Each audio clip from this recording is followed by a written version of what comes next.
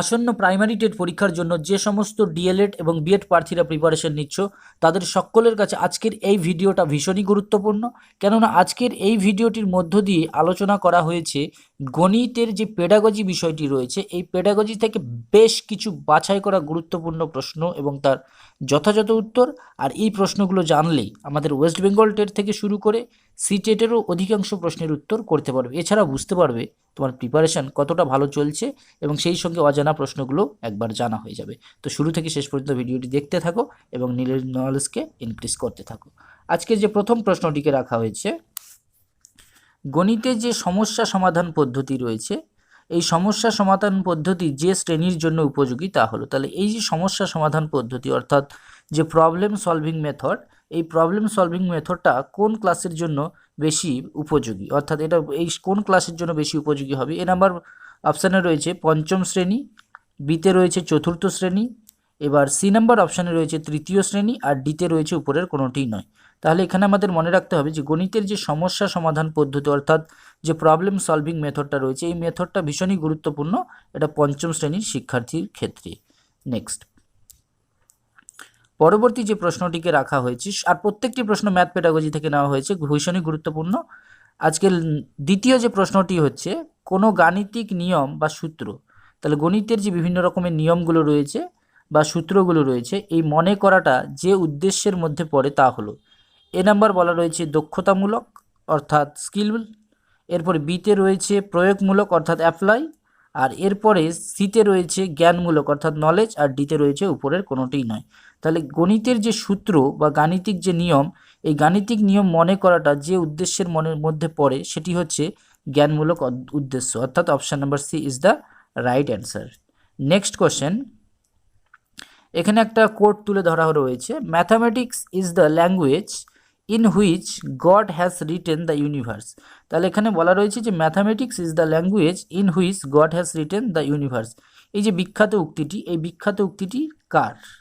এ number option বলা রয়েছে পিথাগোরাসের, বিতে রয়েছে গ্যালিলিওর, সিতে রয়েছে আর্কিমিডিসের এবং ডিতে রয়েছে উপরের কেউই নয়। তাহলে আমরা যদি ম্যাথ পেডাগজি পড়াটা শুরু করি, সেখানে গণিতের যে ধারণা বা গণিতের যে অর্থ নামক যে টপিকটা রয়েছে, ওইটা পড়লেই আমরা প্রথমে এই বিখ্যাত উক্তিটি পেয়ে যাব। আর এই বিখ্যাত উক্তিটি করেছিলেন গ্যালিলিও, অর্থাৎ option number B is the correct answer.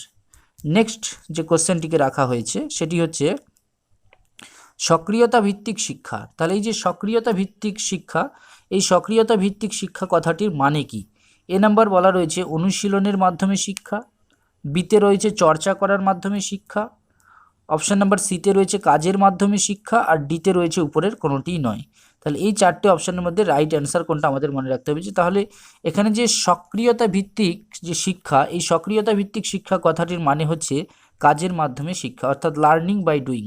Learning by ডুইংকে এখানে বোঝানো হচ্ছে, যেটাকে বলা হচ্ছে সক্রিয়তা ভিত্তিক শিক্ষা, যেটা আধুনিক মনোবিজ্ঞান সম্মত এবং শিশুকেন্দ্রিক শিক্ষায় ভীষণভাবে প্রয়োজন, অর্থাৎ শিশু সক্রিয়ভাবে কোনো কিছু শিখবে। নেক্সট যে কোশ্চেনটিকে রাখা হয়েছে, অনুসন্ধানমূলক শিক্ষাদান পদ্ধতির জনক হলেন।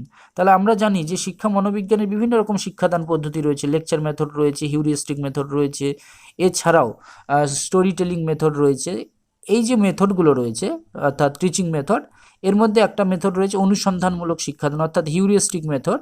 এই হিউরিস্টিক মেথড পদ্ধতির ফাদার কাকে বলা, অর্থাৎ জনক কাকে বলা হয়? এ নাম্বার অপশানে বলা রয়েছে হার্বার্ট, বিতে রয়েছে ব্রুনার, অপশান নাম্বার সিতে রয়েছে H.E. আর্মস্ট্রং এবং ডিতে রয়েছে উপরের কেউই নয়।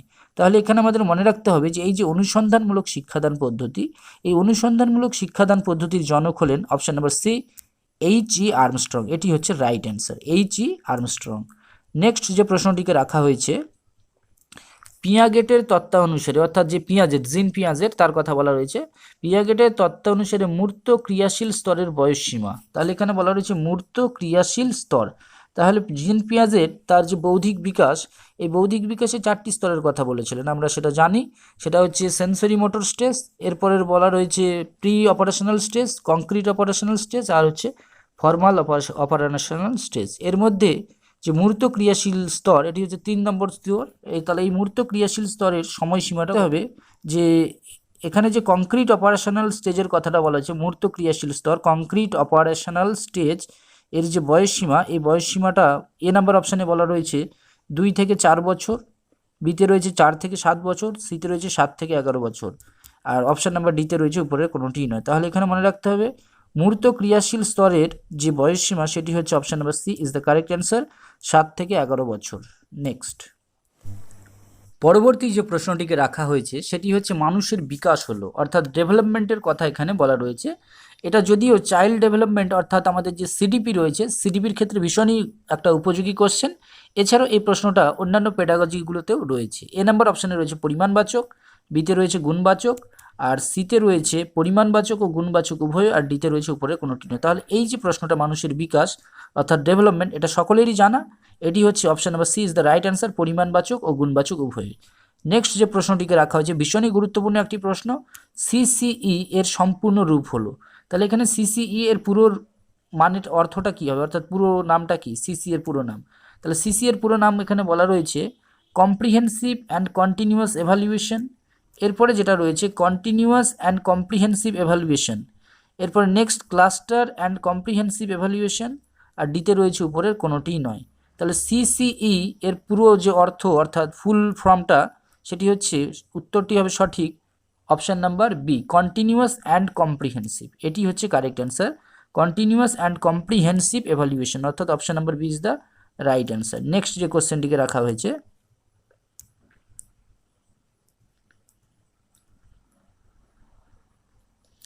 এখানে বলা রয়েছে গণিতের প্রকৃতি হলো, তাহলে নেচার অফ ম্যাথামেটিক্স, গণিতের প্রকৃতিটা কীরকম।